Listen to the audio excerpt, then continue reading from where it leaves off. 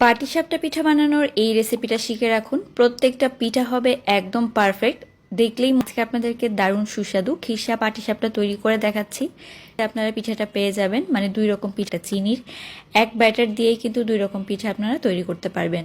প্রথমেই চালের গুঁড়া নিয়ে নিচ্ছে, দিচ্ছি আটা, হাফ চামচ পরিমাণে লবণ, আর দিয়ে দেবো একটা নর্মাল টেম্পারেচারের ডিম। ডিমটা কিন্তু অবশ্য, আর একটা ভাগ নিয়ে নিচ্ছে আমি চিনির যেই পাটিসাপটা সেটা, মানে সাদা আর এখানে খয়েরি দুই রঙের দুধ দিয়ে দিলাম। এটা চিনির পাটিসাপটা হবে। আর 1 কাপ পরিমাণে দিয়ে দিচ্ছি দুধ, 1 কাপ পরিমাণে উষ্ণ গরম পানি এখানে দিয়ে দিচ্ছি। এখন এগুলোকেও ভালোভাবে মিশিয়ে নিচ্ছি।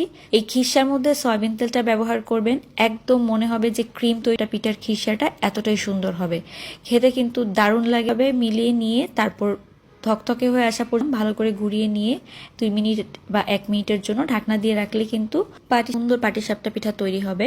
নিচের দিকে যেই পাটিসাপটা পিঠা হয় সেটা কিন্তু দেখতে ভালো লাগে না।